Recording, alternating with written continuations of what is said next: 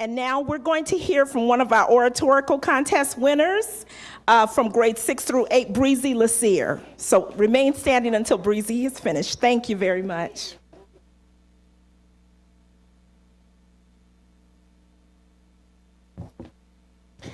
Good evening. I am Brealauana Leassear, but everyone calls me Breezy. I am so grateful to be here. I am 13 years old in 7th grade, and I attend the amazing Benjamin School in Palm Beach Gardens. I know this isn't the Academy Awards, but before I begin, I would like to thank a few people. First, I would like to thank the MLK Coordinating Committee for having our youth display their wonderful talents. Next, I would like to thank the Palm Beach County School Board for recognizing all the participants that are here today. Last but not least, I would like to thank my wonderful family and parents. Would you please stand?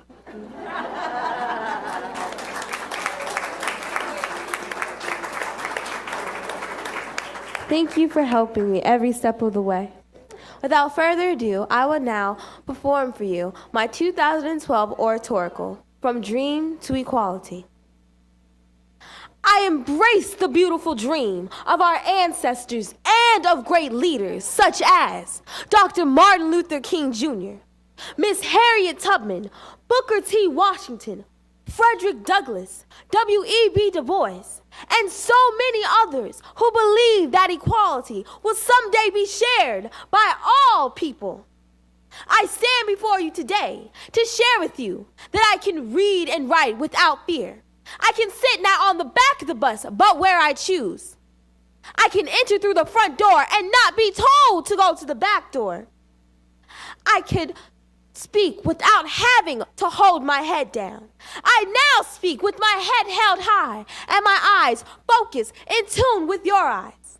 And yes, I attend school where I not only hold hands with little white boys and white girls as sisters and brothers, but I am also invited to celebrate with them, to sit and have dinner at the same table with them, to ride in the same car to different events with them, and to worship with them.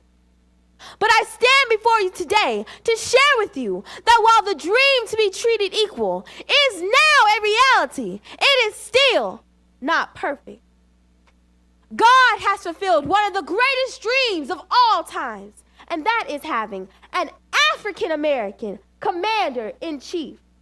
Yes, commander-in-chief. The highest office in the land is held by an African-American, the President of the United States, Mr. Barack Obama. And oh yes, I'm still standing here on this stage, and I think you might know why. To share with you that while this dream officially became a reality on January 20th, 2009, it is still not perfect. President Obama has not been shown the same respect as other presidents in the past. But we will not give up on the long-lived dream of our ancestors to be treated equal. We will continue the struggle. We will continue the struggle. We will continue the struggle. You know, I believe our subject matter should not be from dream to equality, but from prayers comes blessing, because we are a truly blessed people. And just let me tell you why. Last summer, my parents and I traveled to Detroit, Michigan. There, we visited the living Underground Railroad and the Charles Wright Museum of African American Studies. And I would like to say to my peers, if you would like to truly experience and understand the dream that is now a reality, please, please, please visit the living Underground Railroad and the Charles Wright Museum of African American Studies.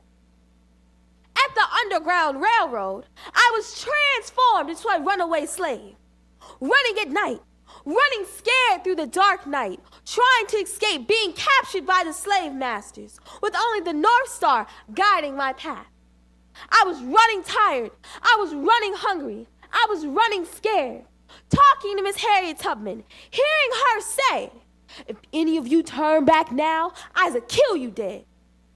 At the end of the enactment, there were tears in my eyes, as well as my nieces and others who were there.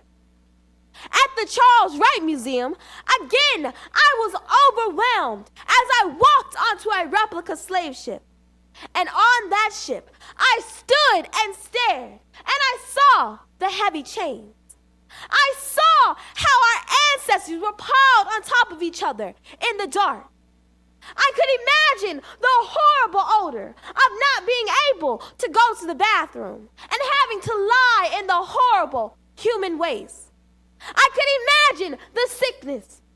I could feel the pain and suffering of being stacked on top of each other. I could hear the groans and cries of starvation.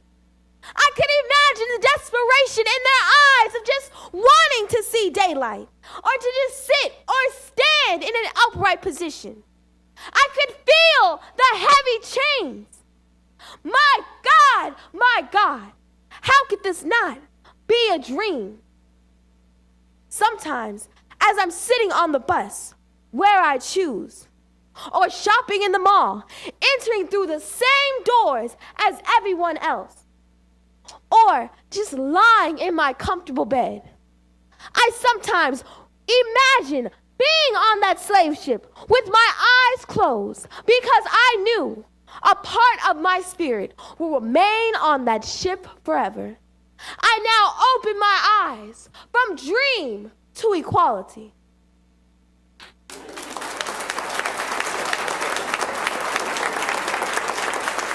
Thank you very much. Okay.